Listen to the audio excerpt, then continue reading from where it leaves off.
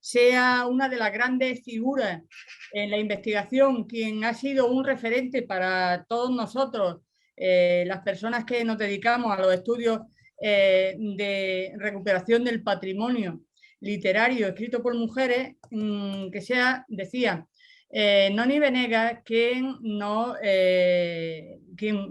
inaugure hoy este congreso nuestro para referirse a la construcción del canon de la poesía escrita por mujeres. Estoy tratando de abrir simultáneamente que hablo con ustedes los datos y los datos de Noni, porque para tratar de hacer una aproximación biográfica lo más breve posible, porque si no esta conferencia, como se dice en muchos casos, sería únicamente exponer la biografía de la que es, como digo, una persona que estuvo en los orígenes de la construcción de la visibilización de la mujer como escritora. Noni Venegas, buenos días, nace en Buenos Aires y reside en España, puesto que tiene la doble nacionalidad. Es autora de la antología esencial que pone el punto de arranque, el enfoque además a los estudios de literatura escrita por mujeres, en concreto de la poesía, con la obra Ellas tienen la palabra, 2 décadas de poesía española, en la que hizo la selección junto a Jesús Munarriz para la editorial Hiperión, y que ya va pues por la 4ª edición. Destaca el ensayo introductorio, que es obra de Venegas en solitario, y que alza una historia de la poesía escrita por mujeres y visibiliza a autoras hasta entonces totalmente olvidadas.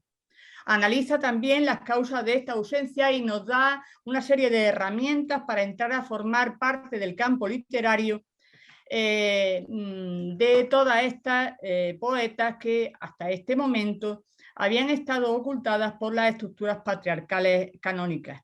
Este volumen fue reseñado en la obra que abarca el último cuarto del siglo XX de la Real Academia Española bajo el título Poesía y mujer, una identidad múltiple, los nuevos nombres, 1975-2000, que estuvo a cargo de Francisco Rico. En 2017, coincidiendo con el 20º aniversario de la aparición de la antología, Fondo de Cultura Económica reeditó el ensayo preliminar exento con una puesta a punto del estado de la cuestión bajo el título Ellas tienen la palabra, las mujeres y la escritura, que se presentó en la Biblioteca Nacional. Y en 2019, aquí les muestro, se publica Ellas resisten en Huerga y Fierro, que recoge 25 años de ensayos, prólogos y artículos sobre escritoras y artistas españolas e internacionales. Además de su labor como antóloga, es una poeta reconocida y tiene 3 antologías en español, inglés y francés en las que se recoge su obra poética. Se titula El ángel de lo súbito. Y además, evidentemente, Noni Venegas, como todo el mundo sabe, es conferenciante de universidades e instituciones nacionales y extranjeras, además de haber obtenido la beca Jules Senard y ser madrina del Festival Voix Vives de Toledo. Para este otoño tiene prevista una exposición donde se recogerán muchos de sus trabajos que han ayudado a enriquecer los debates sociales en torno a la literatura escrita por mujeres a lo largo de su trayectoria. Y sin más, pues queremos darle la palabra en esta conferencia inaugural a la escritora Noni Venegas, que va a hablarnos sobre, bajo la denominación Ellas tienen la palabra, canon y poesía escrita por mujeres en España. Noni, muchísimas gracias por acompañarnos y para nosotros pues es un honor que seas tú quien inaugure estas sesiones y este congreso. Bueno, muchísimas gracias, Remedios. Muchísimas gracias a todas las compañeras que han hecho posible este congreso, que van a desfilar leyendo su poesía, leyendo su pensamiento. Al profesor José Álvarez Rodríguez también por su hermosa introducción a este congreso que nos aclara exactamente el alcance de lo que se propone y gracias por contar conmigo para contribuir a este esfuerzo tan capital e importante. Voy directamente a empezar con mi ponencia comentando que me instalé en España en 1977 y aquí comencé mi carrera literaria, y al cabo de 2 décadas, alrededor de finales de los 90, fui contactada por Jesús Munarriz de la editorial Hiperión para ayudarlo a seleccionar las autoras de una antología escrita por mujeres. Hasta ese momento yo pensaba que mi exclusión del canon de las antologías que cuentan en la poesía española se debía a mi origen hispanoamericano. Pero ¿cuál sería mi sorpresa cuando me puse a trabajar e investigué que en realidad el umbral de presencia de las mujeres españolas nativas en las antologías esenciales que cuentan para la historia literaria de un periodo no llegaba al 8%. Ese fue un trabajo que hizo una alemana instalada en España, Cecilia Dreymüller, y que me dio la pista de que ahí había gato encerrado. Entonces, averigüé, me puse a investigar y lo que iba a ser un prólogo se transformó en un ensayo de 80 páginas que el editor tuvo la bondad de añadir al volumen ya de por sí enorme, como ustedes ven, aunque manejable, y ese primer ensayo que abre el libro fue recogido y está al alcance de todo el mundo, publicado por Fondo de Cultura Económica en este librito precioso, muy bien editado y muy económico como el título de la editorial. Quería comentar que lo primero que descubrí fue que ellas no aparecieron durante el siglo XX en la generación del 27. No estaban en la foto de familia famosa de Lorca, con Cernuda, con Alberti, con todos los demás. Faltaba llegar al siglo XXI para que las mujeres más jóvenes se ocuparan de rescatar las que serían las sin sombrero, que luego fueron retratadas en un libro y en varios biopics pasados por la televisión pública.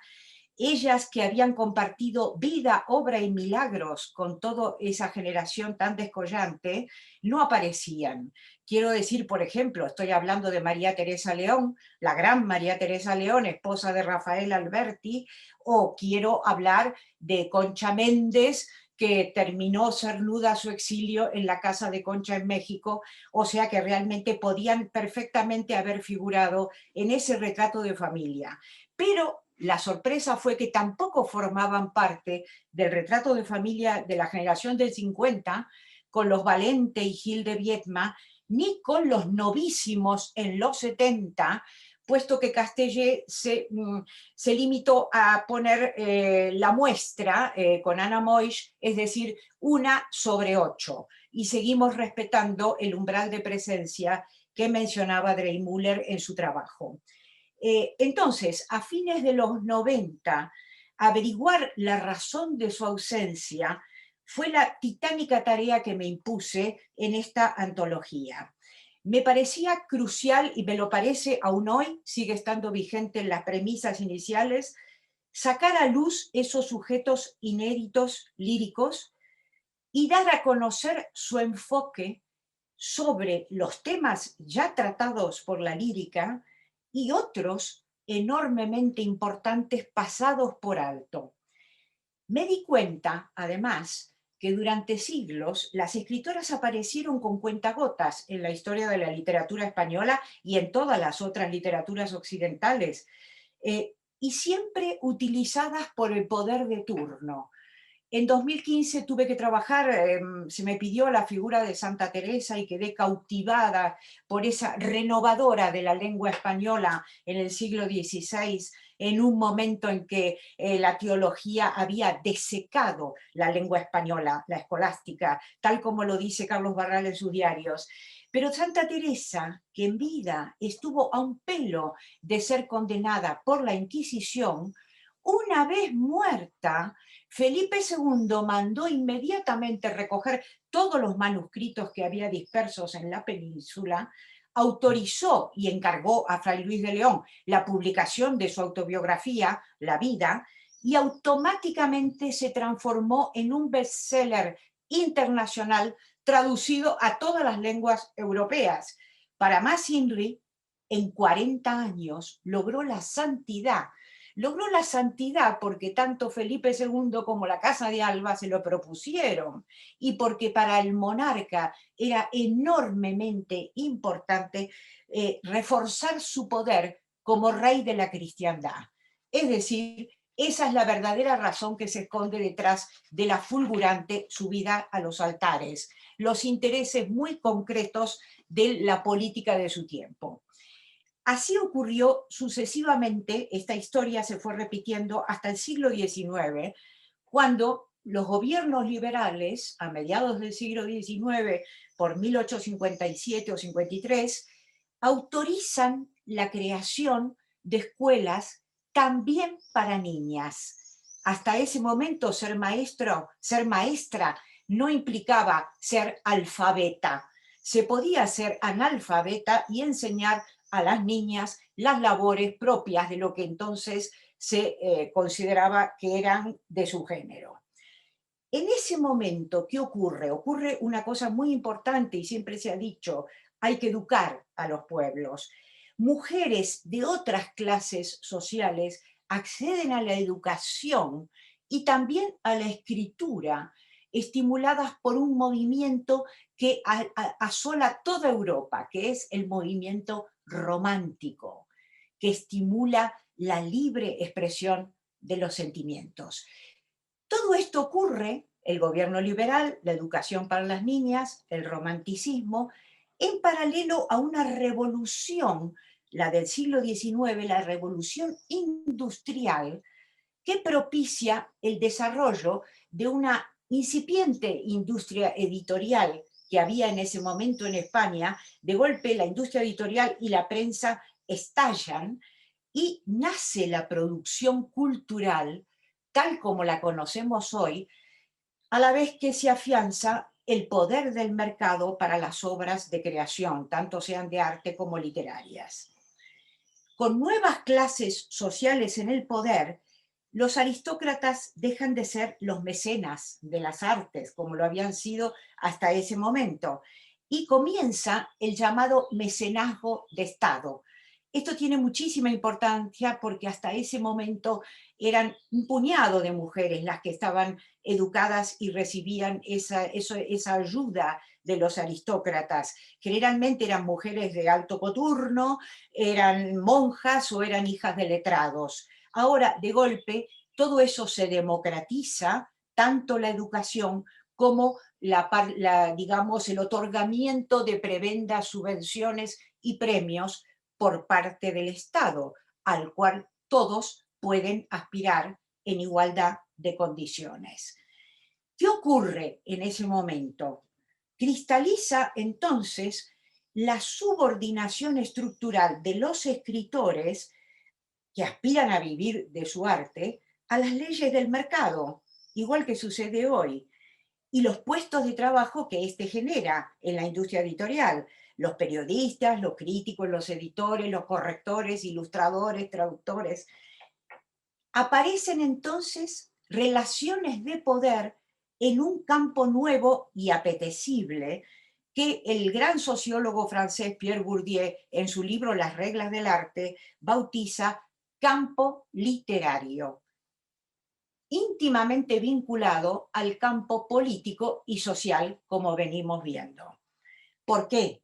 Porque los políticos buscan imponer su visión a través de los escritores de renombre para legitimarse mediante la prensa de opinión, y los escritores luchan entre sí para controlar los beneficios. Esta dependencia los hace tomar compromisos, imponer tendencias y con ello pérdida de libertad de la creación. Este es el panorama cuando, animadas por el romanticismo, un contingente nunca visto hasta entonces de mujeres comienza a publicar en una prensa en rápida expansión. Ellas incluso dirigen muchas de las revistas nuevas que se crean. Fanny Rubio realizó un trabajo extraordinario con las revistas literarias del periodo. Y es casualmente en ese momento que se crea la figura, mejor dicho, los hombres, los responsables, los cabezas del campo literario, crean la figura entre cómica y risible de la poetisa. Carolina Coronado, la musa roja, que era la romántica más famosa de la época, lo escribió así en una cuarteta, es un poema más largo, voy a leer los 4 versos, que se llama justamente La poetisa. Dice: ya viene, mírala. ¿Quién? Esa que saca las coplas. Oh, Jesús, qué mujer tan rara. Tiene los ojos de loca. A los hombres, hasta ese momento, la poesía de mujeres no les importaba para nada. Pero ahora, cuando ellas toman la pluma y escriben artículos de opinión, ocupan los lugares editoriales que les estaban destinados a ellos anteriormente y se postulan a los premios y subvenciones, les urge descalificarlas en conjunto. Ahora vienen en grupo, ahora están unidas, ahora son muchas.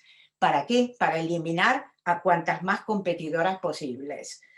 ¿Cómo no ver, me pregunto, que la caída en desgracia de la poetisa se debe más que al bajo nivel de ellas a intereses de los que dominan el campo literario y buscan reservar los beneficios para sí? Si es por calidad, no todos los románticos, ni los de las generaciones subsiguientes, la del 98 y todas las del siglo XX, merecerían estar en los manuales de estudio.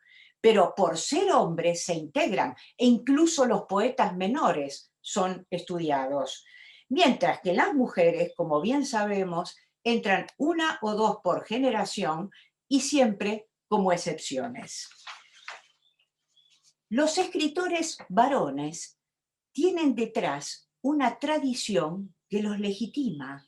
Heredan lo que Bourdieu llama un capital simbólico acumulado durante siglos de autores consagrados de su sexo. Para no hablar del capital social, hecho de relaciones, de enchufes, por haber dominado siempre la esfera pública, donde se hallan como peces en el agua.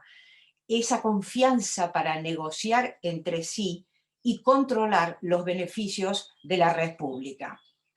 Las mujeres, confinadas durante siglos a la esfera privada, llegamos a lo público cuando el campo ya está tomado y cuesta hacerse un hueco.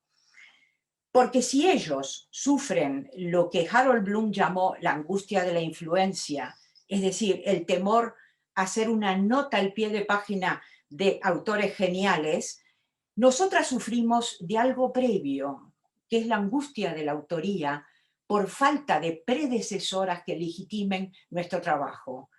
Y en este siglo XXI, donde ya en el siglo XX hemos trabajado y hemos dado nombres y hemos dado ejemplos, el otro día me encontré en la Universidad de Bogotá, en Colombia, con una joven que me dijo: y yo tengo miedo de la angustia de la influencia, porque ahora son muchas las mujeres. Y digo: pero entonces, ¿qué sientes? Dice: bueno, el síndrome de la impostora. El síndrome de la impostora es una cosa actual, que es cuando tú ocupas lugares que no te estaban destinados. Eso es una cosa muy importante. Voy a dar 2 ejemplos. Un ejemplo es del siglo XIX y es un poco ridículo, que es cuando Gertrudis Gómez de Avellaneda, la hispano-cubana, autora de la primera novela antiesclavista en español, quiso entrar a la Real Academia. Los académicos del XIX rechazaron su propuesta con el argumento de que era demasiado guapa y podía distraer a los miembros de la academia. Esta razón no es de recibo. Pero ahora vamos a la segunda razón, tan cerca como 1981 y la Academia Francesa, que cuando se propuso la candidatura de Marguerite Yourcenar, hubo alguien que se opuso vehementemente con un discurso muy, muy bien fundamentado. Era nada menos que el gran antropólogo Levi Strauss, que sintetizó su negativa a la entrada de Yursenar, que luego entró, por supuesto, mediante esta breve fórmula: no se cambian las leyes de una tribu. Con eso está queriendo demostrar hasta qué punto las instituciones públicas están sometidas al sistema patriarcal. Hay otra razón de peso, sin embargo, que es más grave y más importante, por la cual se ha estado demorando la entrada de mujeres en las antologías canónicas y en los lugares de representación pública como la Real Academia. Se las ha excluido porque la novedad de estilos y de asuntos que tratan obligaría a revisar los juicios de valor de todo el campo. Su ingreso desestabiliza y cuestiona las vías de consagración de los hombres. La mujer, hay que pensar, ha sido un tópico más de la poesía masculina, como el mar o la guerra. Imaginemos si el mar se pusiera a hablar y dijera todo lo que le hacemos. No conviene que ese objeto sea sujeto de la poesía, ¿eh? Porque desde sería todo lo que se ha dicho de él, dentro de de la llamada gran literatura, caracterizada, según dicen, por el tratamiento universal que da a los temas. Y una se plantea, ¿cómo puede ser universal el tratamiento que da la gran literatura si han faltado la mitad de la población, las mujeres, para no hablar de los emigrantes, de otros géneros, de otros colores, de otras razas, de otras religiones? Otro problema serio que ocurre al heredar este lenguaje en el cual se tienen que expresar las mujeres es que es un lenguaje que viene cargado de estereotipos. Un día hice el ensayo con el María Moliner, me puse a mirar los adjetivos que hay para calificar a las mujeres y los que hay para los hombres. Ustedes lo pueden hacer. El doble de adjetivos negativos hay para las mujeres. Es decir, a las mujeres se las arrincona maniqueamente en dos extremos. O bien son el ángel del hogar, la madre bendita, etcétera, etcétera, o son brujas, prostitutas, en fin, todo lo que las descalifica. Entonces, para cada autora, en el momento de sentarse a escribir, el principal problema es cómo dar voz a un sujeto que siempre fue objeto de esa poesía y que aparece representado desde el punto de vista del varón que escribe.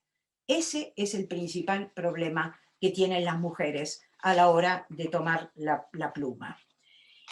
Por eso vi yo la importancia de alzar una genealogía de autoras que nos antecedieron, para recuperar ese capital simbólico dilapidado durante siglos de autoras, de sus creaciones, que nos avalarían, nos darían confianza y afianzaríamos, y que si las leyéramos en la escuela, aprenderíamos desde niña nuevos roles de mujer, roles inéditos, recursos que ellas consiguieron y que están en su poesía, y al mismo tiempo, al aprenderlas de memoria, constituirían un acervo inolvidable, como hoy constituyen las coplas y los versos de Lorca, de Miguel Hernández y de tantos otros. Siempre lo dije, si yo hubiera conocido de pequeña las coplas de Concha Méndez, en vez de las de Alberti, otro gallo me hubiera cantado, aquello de quisiera ser marinera de la marina mercante y zarpar una mañana con los mares por delante, y que su yerno censuró en las obras reunidas que publicó Hiperión en los años 80. O sea que vemos, no se podía pensar que una mujer fuera capitana de un barco mercante lleno de marineros. Para que veamos un poco las limitaciones que han habido y que se le plantean a las mujeres. Una genealogía implicaría también el reconocimiento público de esas pioneras geniales y la reproducción de su nombre en los espacios públicos. Me estoy refiriendo a calles, a colegios, a hospitales, a estaciones de tren, de metro, aviones, bibliotecas, plazas, cines, teatros, la red pública volcada al reconocimiento de nuestra excelencia. ¿Para qué? Para afirmarnos y sentir que no somos extranjeras en este mundo, que pertenecemos y lo hicimos con nuestras manos, unión y talento. Rápidamente voy a recordar ahora a las autoras andaluzas que justamente cumplieron este programa de hacerlo todo por su cuenta, sufragando de su pecunio los gastos que hubiera que gastar y con su tiempo y con sus horas de trabajo. Y voy a empezar con una autora ejemplar, la cordobesa Concha Lagos, nacida en 1907 en Córdoba, luego instalada en El Escorial, donde estudió con las monjas francesas y posteriormente en Madrid. Concha Lagos, que atravesó el siglo porque murió 100 años después y fue una escritora total porque tocó todos los palos, desde la poesía hasta la novela, los diarios y el teatro, tuvo además el ímpetu propio de las mujeres de la República, criadas durante la Primera y la Segunda República, que eran ciudadanas, recordémoslo siempre, ellas nacieron ciudadanas, no súbditas. Esas mujeres hicieron muchas cosas. Concha Lagos abrió la primera tertulia que hubo en el Madrid de la posguerra, en las barbas mismas del franquismo, inauguró el primer rascacielos de Madrid, el Capitol, en la Gran Vía, donde ella tenía su estudio de fotografía, y ahí fue la redacción de la editorial Ágora, que era el nombre también de la tertulia, y de la revista Cuadernos de Ágora, que sacó 93 números, y en la cual realizó monográficos, estoy hablando de los años 60, en pleno franquismo, de autores como Miguel Hernández, Rafael Alberti, Luis Cernuda, que estaban muerto Miguel Hernández, pero los demás exiliados, y por esa tertulia pasaron el premio Nobel Vicente Aleixandre, Salinas, Guillén, bueno, Ortega y Gasset, Merardo Fraile, pero también una joven poeta sevillana que me lo contó de viva voz, Julia Uceda, solía venir de Sevilla para participar en los diálogos que se realizaban en esa tertulia de Concha Lagos, y que de alguna manera yo creo que pudo haber alguna inspiración de esa educación francesa de las monjas, porque emula a un salón literario del 18 donde cuaja los ideales de la Revolución Francesa. Concha Lagos mantuvo la tertulia durante más de una década, al igual que la editorial, y cuando se vio en apuros y el régimen quiso venir en su auxilio, ella rechazó toda ayuda con estas palabras: Ágora es como los árboles que mueren de pie.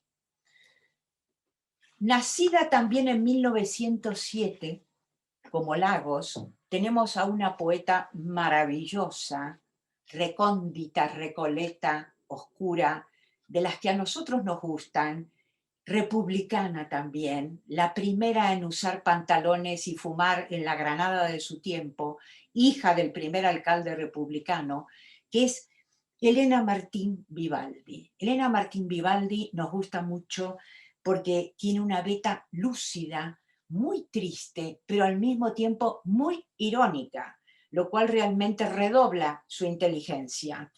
Vamos a citarla brevemente. Y estoy triste también, helenamente triste.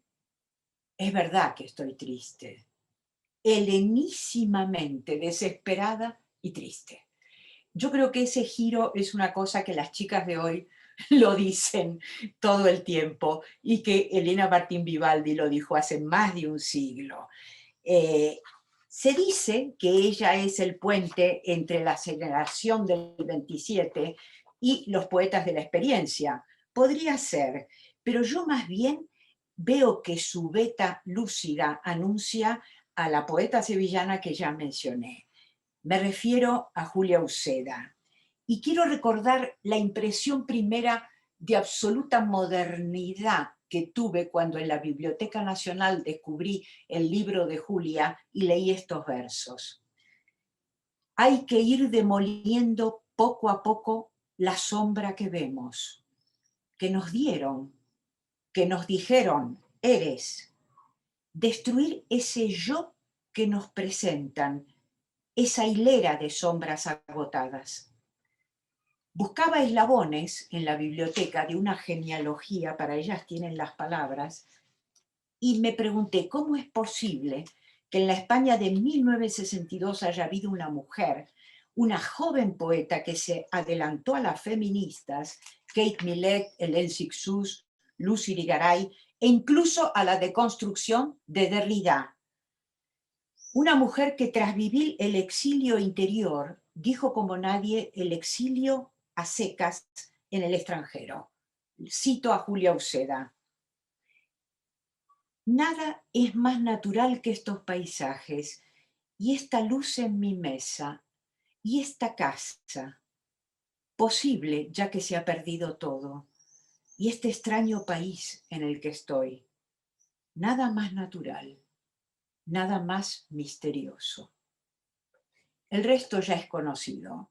Primera mujer, Premio Nacional de Poesía en Democracia, Premio Nacional de la Crítica, hija predilecta de Andalucía.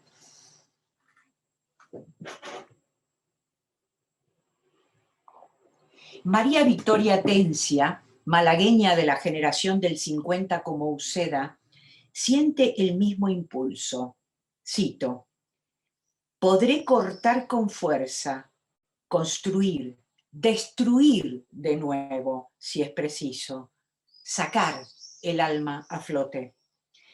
Pero también María Victoria ha enfocado la maternidad como nadie en Marta y María, donde rescata la posibilidad para la mujer de compaginar las dos tareas, criar y crear.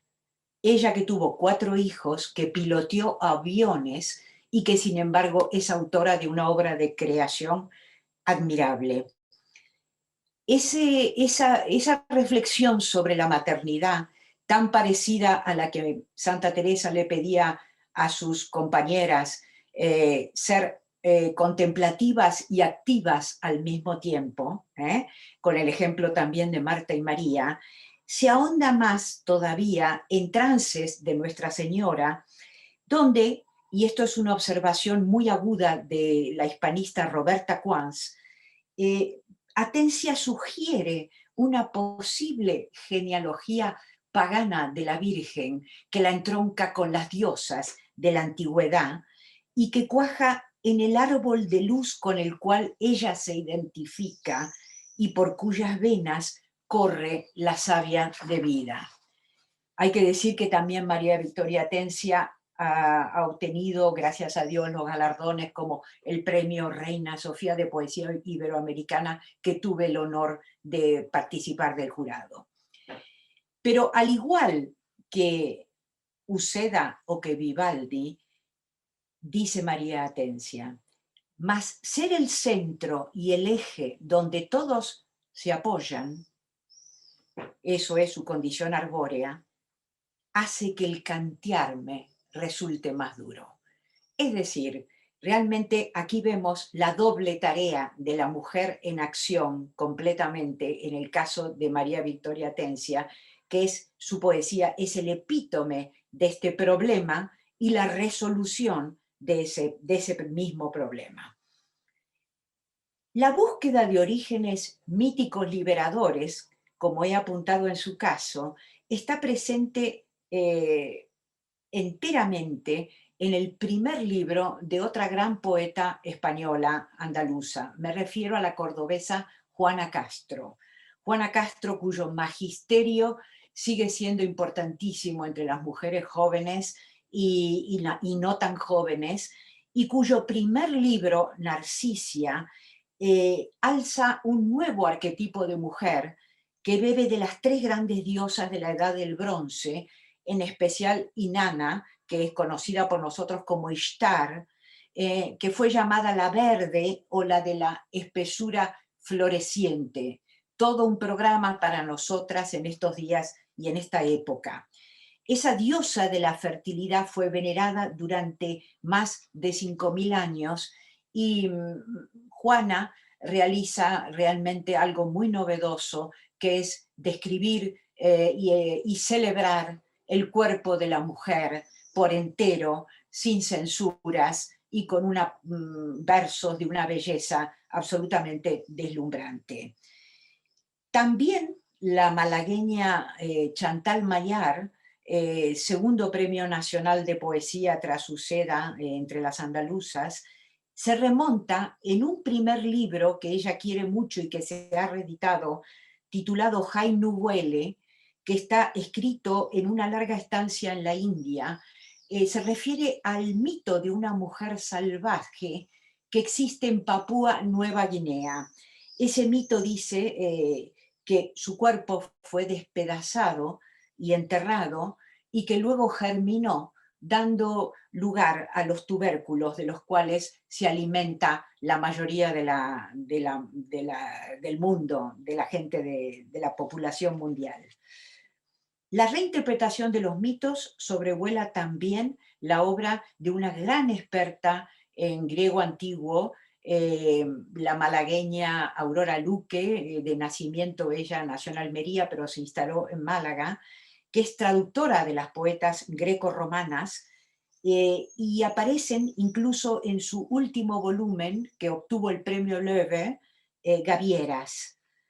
¿Por qué se llaman gavieras? Porque se apostan en la gavia del barco y son las primeras en avistar la tierra. Y allí ella homenajea a esas nómadas pioneras, empezando por Safo y terminando por gente como Susan Sontag de nuestros días. Si afinamos el oído, lo que distinguiría a las primeras poetas mencionadas, mayores, de las que empiezan a publicar después de los 80, una vez pasada la transición, yo diría que sería la búsqueda celebratoria del lenguaje para cantar los cuerpos censurados durante siglos. Es decir, por fin se levanta esa censura y las mujeres toman la palabra para decir el cuerpo.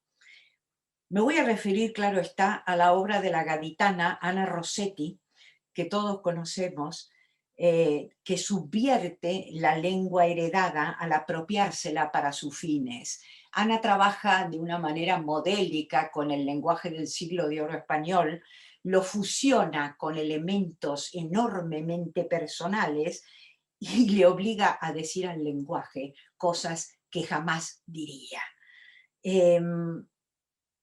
No voy a citar los poemas más conocidos, el de la ropa interior para hombres o el del muchacho en el metro. Voy a citar un poema que para mí es excepcional porque alza el retrato de lo que era ser una niña en su generación, de la educación que le tocó recibir a Ana Rossetti, nacida en 1950, en lo que sería la posguerra española. El poema está en un libro llamado Devocionario, que utiliza justamente la entonación incantatoria de las oraciones de devoción. Hay también ahí una broma, un juego para hacerle decir al lenguaje otras cosas, pero este poema es un poema muy serio, muy importante, y que aparece aquí una veta de ternura de Rossetti más desconocida. Voluntad educada para ser guardadora, para que de tu rostro no saliera ni un atisbo de ti. mi siempre lastimada y jamás dulce niña, atesorando ibas antifaces, conjuros, ingenuos simulacros de blindaje, y no me adivinabas heredera. Mas yo no sé vivir sin imitarte, reina de la cautela y del enigma. Quiero aprovechar aquí para hablar de una poeta que he descubierto hace relativamente poco, la hubiera incluido de haber conocido su obra hace 20 años, que es la gaditana Inma Luna, que también ha vivido en Algeciras y ahora está instalada en Madrid, con un primer libro que obtuvo el premio Prometeo de poesía joven, que se titula Bramicunda brama un sueño, aparecido en 1983. Por ejemplo, para que tengamos una idea, en 1980 Blanca Andreu gana el Adonais de una niña de provincias. En 1985 aparece Devocionario de Ana Rossetti, y este libro aparece en 1983 y obtiene ese premio. Tiene la misma fuerza y arranque de Rossetti y de Andreu, pero con un matiz surrealista contenido, sin embargo, por la amplia cultura de la autora, pero que se desborda por momentos y hace esos versículos largos a que nos tienen acostumbrada a los libros que he mencionado de esas autoras, y al que sumaría también el primer libro de Luisa Castro, por ejemplo. Aquí, por ejemplo, cito brevemente un pequeño retrato de una mujer sin mordazas. Y somos la mujer barbuda y la muchacha de pie sobre el caballo que corre, la trapecista muerta a las 3 de la madrugada. Nuestro cuerpo es fuerte como el de la fiel Penélope, siempre despierta. Pero de noche dormimos abrazadas a las cinturas de los muchachos que amamos y no tenemos miedo cuando ellos se han ido para siempre. Ahí vemos cómo da vuelta al mito de Penélope, que no duerme por esperar.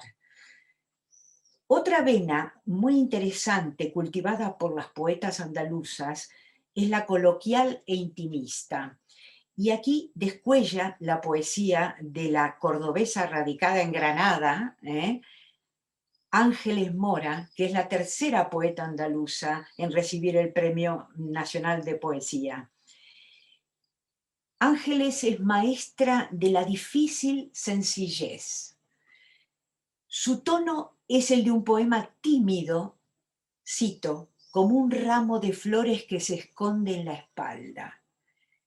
Un poema que, sin embargo, es vitalmente letal, pues con toda la calma del mundo anuncia que ese ramo, esta vida, sin prisa y sin pausa, se marchitan debajo de nuestros ojos. Hay, sin embargo, instantes de gloria muy apreciados y muy maravillosos en la poesía de Ángeles Mora, momentos de vibrante eternidad que nos recuerdan, y cito, con el cuerpo que logra no pesar como no pesa la alegría. Ya digo, es una poesía coloquial e intimista que vale la pena leer a solas para sí misma, acompaña, ayuda, consuela. La siguiente poeta cordobesa es Concha García, de la cual tengo que decir que es por lo menos original su vivencia de la otredad que vertebra su poesía. Emigrada desde pequeña a Barcelona, es posible que ese primer exilio echara las semillas de una añoranza por lo desconocido, que se adivina, sin embargo, semejante y familiar, aquello que había descubierto Freud, el Unheimlich, ¿no? Esa cosa que tememos, pero que sin embargo está muy cerca nuestro. Y ahí tenemos, en ese ansia de desdoblamiento, de buscarse la otra de sí, la espléndida actualidad de la obra de Concha, que desgrana el forcejeo de los que estamos divididos entre dos mundos y que cada vez somos más, a tenor de las migraciones y de los refugiados que asolan Europa. La obra de Concha incluye unos interesantísimos diarios de viaje a lugares extremos, como la Patagonia, donde la poeta cultiva una suerte de vida paralela como antóloga de poetas de esas desoladas latitudes. Con María Rosal de Córdoba me identifico, porque su importantísima obra ensayística a veces suele dejar en segundo lugar su importante obra poética, que ha obtenido muchos galardones de primera fila. ¿Qué veo yo en la poesía de María Rosal? Veo a la mujer de hoy.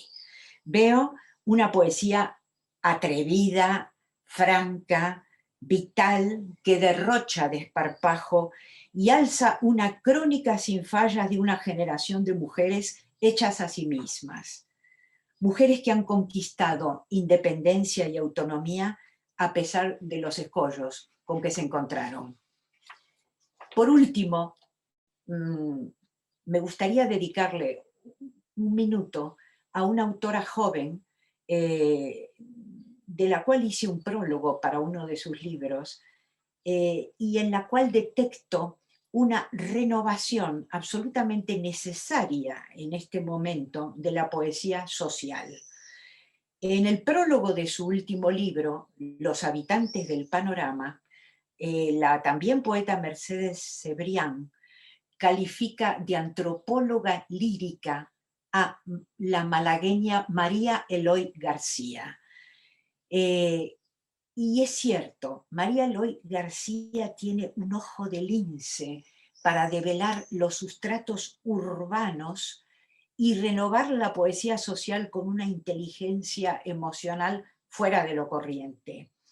Tanto en verso libre como en prosa poética, que es lo que prodiga últimamente, a lo que se añade un uso magistral de léxicos imprevisibles, María Eloy desnuda la miseria actual de nuestras ciudades con un humor agridulce que tiene ecos, para mi lectura, de otra gran poeta que trabajó con la ciudad y con lo popular, que es nada menos que Gloria Fuertes. Quisiera destacar también el interés que despiertan las obras de la gaditana Mercedes Escolano, que he sabido que acaba de publicar hace un año un último volumen que desconozco, me hubiera gustado poder leerlo para esta conferencia, porque ella es una autora sumamente interesante, al igual que Josefa Parra, que en su momento hizo una renovación cuando yo la incluí en mi antología de la poesía religiosa, al igual que Ana Rossetti o María Antonia Ortega, en El espía de Dios, aquellos años de los 80 y esos libros tan extraordinarios de las mujeres una vez pasada la transición. También quisiera rescatar la prosa poética intimista de Esther Morillas, y la obra de las cordobesas María de la Luz Escuín y Balbina Prior, además gran traductora de poetas inglesas y norteamericanas, y que no estoy al día de sus últimas entregas. Pero lo que llevo leída de estas autoras creo que merece que se tenga en cuenta, se las estudie, se las cite, al igual que a las anteriores que he mencionado. Y creo que llego al fin de mi conferencia respetando el horario que me estaba reservado. Doy las gracias por haberme escuchado y darme la oportunidad de abrir este maravilloso, sin duda, que será Congreso. Muchas gracias a ustedes. Muchísimas gracias, Noni, por una conferencia brillante que viene a completar y que nos deja muy patente la necesidad del proyecto que supone La Olvidada, porque es efectivamente la suma a todos esos premios nacionales que nos enorgullecen, a pesar de que sean tan pocos, porque que tengamos 7 mujeres premios nacionales en el periodo democrático es un insulto a la inteligencia de toda la crítica literaria en general, porque evidentemente no se puede justificar. Sí tenía algunas preguntas para ti, pues por el gusto de tener esa suerte de debatir sobre cuestiones esenciales que tú has trabajado muy eficazmente en tus libros. La primera pregunta o la primera cuestión que me gustaría debatir contigo es si tú consideras que las editoriales de alguna manera siguen minusvalorando la obra de las mujeres escritoras, o es simplemente que la desconocen y por eso no se publica en las grandes editoriales que tienen una difusión mayor. Bueno, yo diría que las dos cosas. Hablando de editoriales de primera fila que no voy a nombrar, publican mujeres, pero luego cuando el responsable de turno abre la boca, las descalifica. Eso ocurrió hace unos años y dijo que tenía un catálogo con unas mujeres excepcionales, hay que decir la verdad, y sin embargo se dio el gusto de decir que no, que los chicos eran mejores.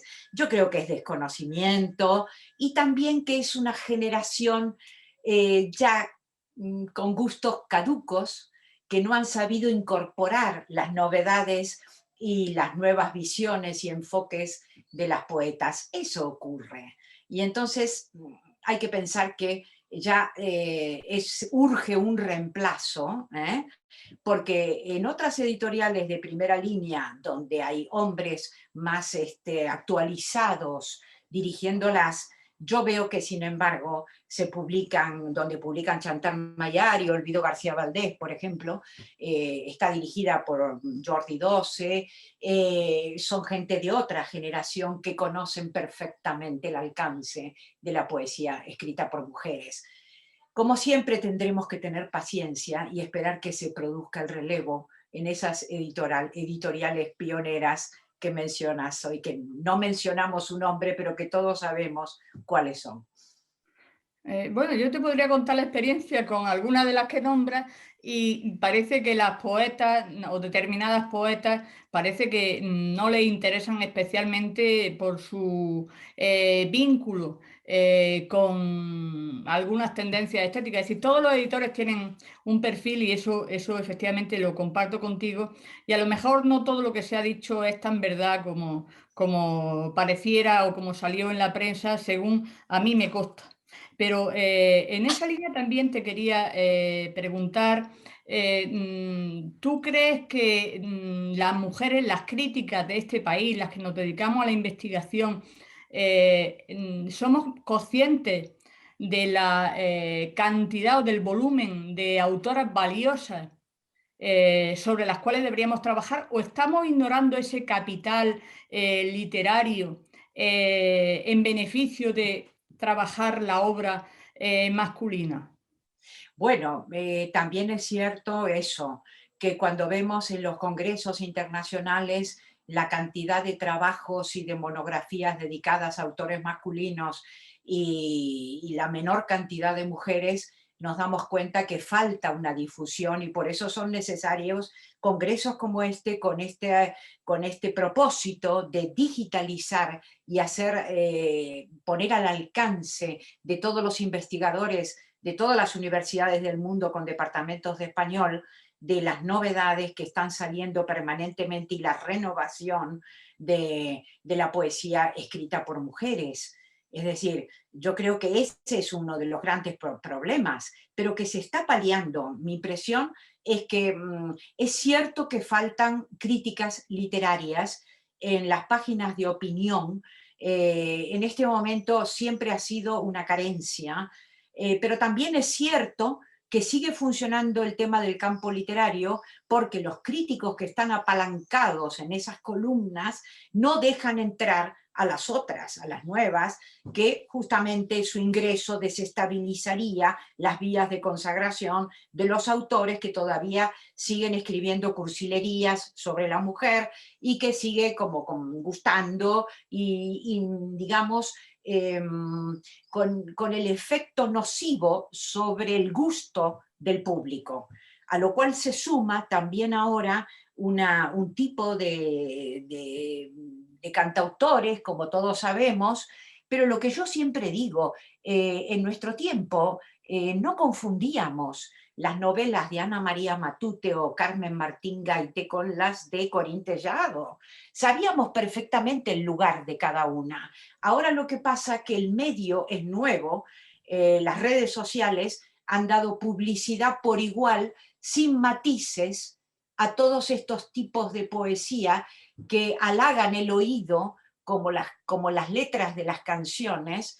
La poesía sabemos que es algo que comprime, que es sujeta a una relectura. Un poema, en mi opinión, es aquel que tú lo lees y lo vuelves a leer y siempre sigue descargando algo nuevo, ¿eh? No se entiende de una sentada, como tampoco nos entendemos los unos a los otros ni a nosotros mismos, no nos conocemos, por eso seguimos vivos, investigando y explorando, porque siempre somos una novedad para nosotros mismos. Y si la poesía no refleja eso que decía Julia Uceda, ¿quién eres, Julia? No me reconozco cuando me llaman Julia, entonces la vida sería un aburrimiento. Por eso, ese tipo de poesía que no es tal, sino que son refranes, no se vuelve sobre ellos, no se aprenden, porque no tienen la cuota de misterio necesaria para que sigan atrapándonos. Y no se trata de una corriente u otra corriente, se trata de ser auténtico y poner esa duda que uno tiene en el poema, no pretender tener la solución de la vida, sino mostrarse desnudo con sus dudas. Eso es lo que yo quiero decir. Ni la poesía de la experiencia, ni la del conocimiento, ni la del silencio, ni la Instagramer, sino otra cosa que va con la autenticidad de cada uno y que uno cuando lee eso se da cuenta que ese texto está vivo, que nos habla, que nos ladra, que nos grita. Eso es lo que hace falta. Y dejarse tanto de corrientes y de cosas que si vamos a ver se solapan unas con otras. ¿No es cierto? Las teorías son grises, Remedios. La poesía tiene luminosidad, tiene vida, tiene oquedades, como decía Góngora, el gran cordobés. No las bellezas oscuras, sino los oscuros bellos. Es decir, nos queda muchísimo efectivamente por descubrir. Nosotros tomamos varias notas sobre autoras, además hay algunas que ha citado que no están en el catálogo, pero que se van a ir sumando Claro. progresivamente porque vamos poco a poco. Una pregunta más, lo mismo que esa lucha de tendencia entre, sobre todo entre los varones por hacerse con la posición dominante, aquello que decía de que el hombre es un lobo para el hombre, ¿sucede lo mismo entre las mujeres escritoras? Eh, Podemos darnos el gusto de ser tan malas como ellos. Además, es necesario porque realmente eso ocurre y no vamos a negarlo. Si no, caeríamos en el estereotipo del ángel, ¿me entiendes? Y eso eso. no queremos serlo. Somos ángeles caídos todos. Entonces, y los peligros acechan a la vuelta de la esquina, sin salir de la casa, acechan los peligros. Ahí yo veo tanta poesía, el diálogo entre madres e hijas, ¿eh? La primera que te castra, la primera que te corta las alas, porque la pobre ha sufrido en su época y teme que a ti te pase lo mismo que a ella. Es decir, ahí se produce el primer choque desde que eres pequeña, ¿no es cierto? Y ese rebelarse contra la madre. O sea que sí, podemos decir que hay un momento en el cual hay un odio entre nosotras, que es el infantil, aquel o el adolescente, cuando ya empezamos a desarrollar cuerpo y estamos cargadas de hormonas y deseos. Entonces, ¿quién se nos pone delante y nos impide el paso? La madre. Y entonces ahí está, desde pequeñas, esa lucha entre nosotras. Y también ese amor profundo, como Catulo, amo et odi. Entonces, nosotras, claro que sí que luchamos entre nosotras, pero es una mezcla. Y eso hay que aceptarlo porque es nuestra condición humana, no hay otra.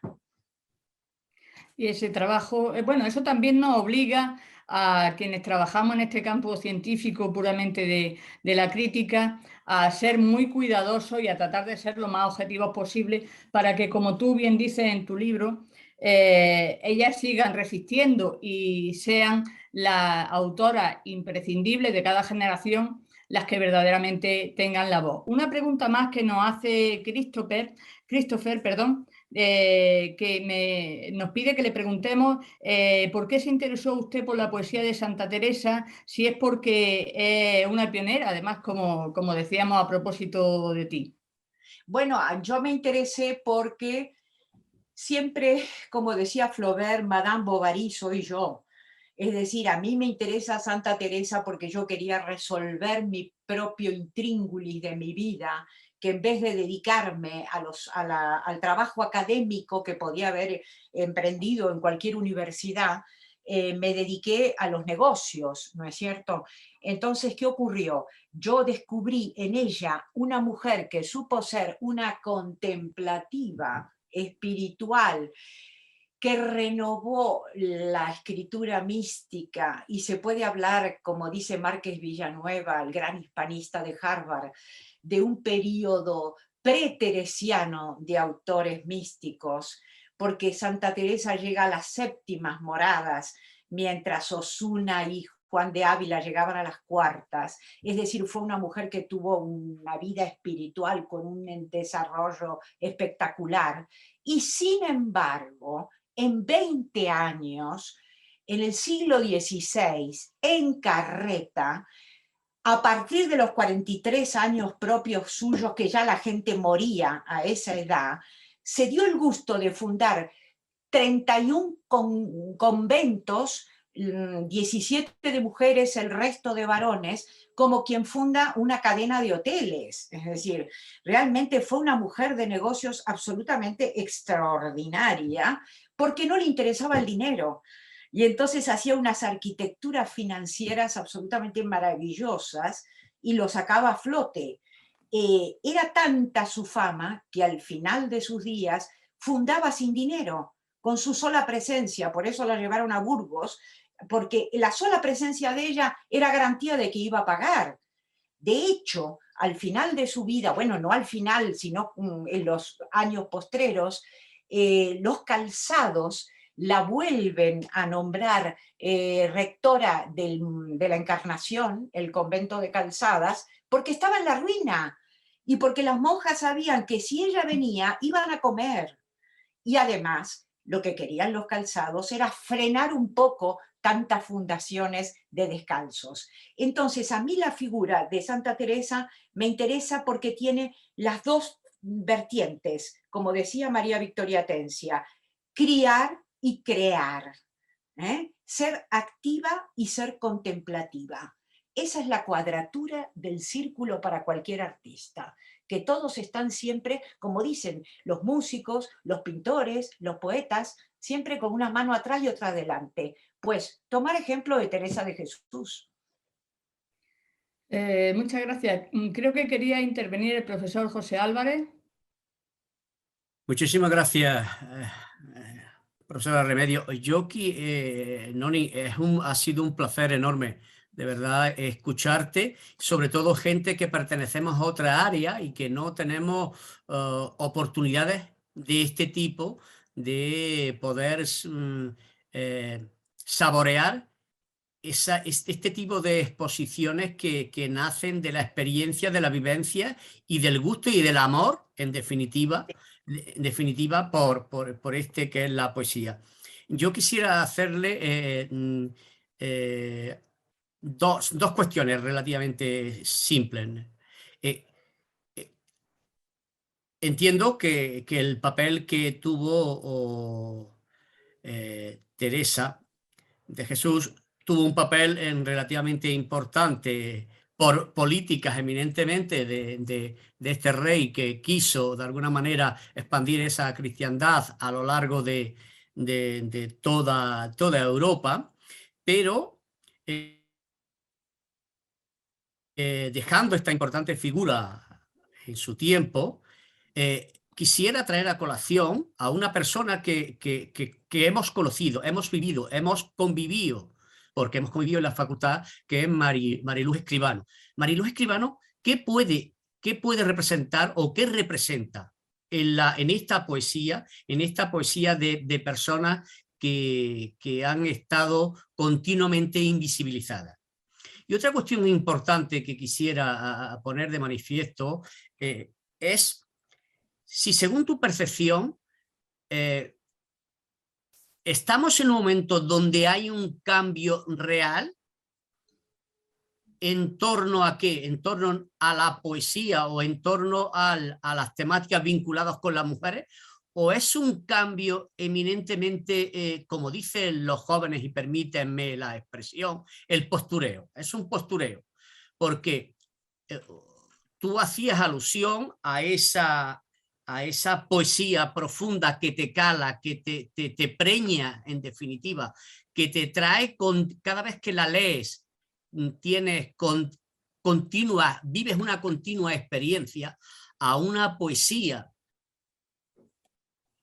efímera, una poesía que se consume en el momento, pero es tan sumamente efímera que deja una huella relativamente poco profunda y que se pierde apenas que sale la noticia y aparece otra noticia de esta mediatez, de este presentismo que existe prácticamente hoy en día. Por lo tanto, mis cuestiones, para ir resumiendo: Mariluz, ¿qué puede representar? ¿Qué nos puede aportar? Porque algunos nos ha aportado como persona, como ser humano, como poeta, como escritora, como comprometida, pero también quisiera conocer tu opinión de esta poesía, de este tipo que aparece un día y mañana no aparece, y qué papel juega precisamente en las poetas en este momento de emergencia muy interesante, pero efímero en definitiva. Gracias. José Álvarez, tendría que decirte que en tu pregunta, como siempre, está la respuesta. María Luz Escribano se la rescata porque justamente hay chicha en lo que ella escribió. Estos poetas efímeros, que no son poetas, son cantautores, alguno de ellos sincero lo dice: yo soy un cantautor. Eso son estribillos de estribillos, decía Lorca, en su poema sobre su propio nombre. Llegan mis cosas esenciales, son estribillos de estribillos. Entonces, eso se olvida. Eso no va a haber rescate ninguno, porque a la que abras aquellos textos vas a decir, bueno, pero ¿y esto qué es? Además son intercambiables los autores. En cambio, la voz de María Luz Escribano, rescatada por la profesora Remedios Sánchez, es una cosa que verdaderamente tiene chicha, tiene contenido, dejó una huella histórica, ¿me entiendes? Como Martín Vivaldi, como María Victoria Atencia, hay una búsqueda, hay una exploración, hay una implicación. Es decir, ahora, a ver, ¿cómo te podría explicar? Esto es un fenómeno yo estudié también la velocidad, traduje a Paul Virilio, el teórico de la velocidad, la estética de la desaparición. Esto es como una autopista, es un fenómeno de velocidad. Lo efímero es la rapidez con que pasan las cosas, las noticias en las redes. Si Andy Warhol decía vamos a ser famosos 15 minutos, yo diría 15 segundos hoy en día. 15 minutos es un disparate. Entonces, esos 15 segundos que van, boom, boom, van pasando como ráfagas de coches en la ruta, de eso no va a quedar, creo yo, constancia más que del fenómeno del pasaje rápido, que es otra cosa. Por eso teorizamos la velocidad y hablamos de eso. Y el cine lo aprovecha y las cámaras, etc. Pero en poesía no. En poesía más bien sería como diría, como un berbiquí. Es una especie de cosa que ahonda y va girando en espiral hasta que busca un fondo, ¿no es cierto? No pasa y se va, sino que ahonda hasta un centro en el mismo sitio. Esa es la cualidad del poema, que ocupa muy poco espacio, muy pocas palabras, mucha compresión y más intensidad. Esa sería la idea. Entonces, esa intensidad impide que pase, porque siempre queda pendiente algo en el poema. A mí me pasa de leer poemas, me ha pasado con poetas italianos, con Quasimodo, premio Nobel, leer un poema y entender una cosa, que era un poema de amor, hasta que una italiana me dijo, pero no ves que es un poema a su tierra, y se llama La tierra incomparable, y dije, ay, digo, bueno, pero claro, hay un amor a la tierra también, pero eso lo entendí ya de mayor en el exilio, en el transtierro en el cual estoy. Cuando era joven lo leía como un poema de amor. O sea que un verdadero poema me va descargando sentido a lo largo del tiempo. Esa es la idea, dura la duración del poema. Lo otro pasa. Pues muchísimas gracias, Noni, por esta conferencia inaugural magistral que nos enorgullece que hayas impartido tú. Y efectivamente hay cosas que pasan, hay autores que pasan, hay autores que con velocidad no nos vamos a acordar de ellos porque son un fenómeno sociológico, como muy bien dices. Yo coincido plenamente contigo porque sigo perfectamente tu línea de investigación y tu trabajo desde hace muchos años, y hay otras que van a perdurar en el tiempo, y eso será lo que nos siga ocupando en las sucesivas intervenciones de los diferentes colegas después de esta intervención en la que muchos y muchas hemos tenido la suerte de tomar nota de una persona que ya es un referente pues, esencial en el análisis de la literatura escrita por mujeres y en el análisis de la literatura en general, y por tanto, pues nuevamente nuestra gratitud por honrarnos inaugurando el Congreso. Ahora haremos un receso de media hora para que puedan descansar las personas asistentes y continuaremos con la siguiente mesa. Nuevamente, Muchas muchísimas gracias. gracias, Noni. Buenos días. Adiós. Gracias.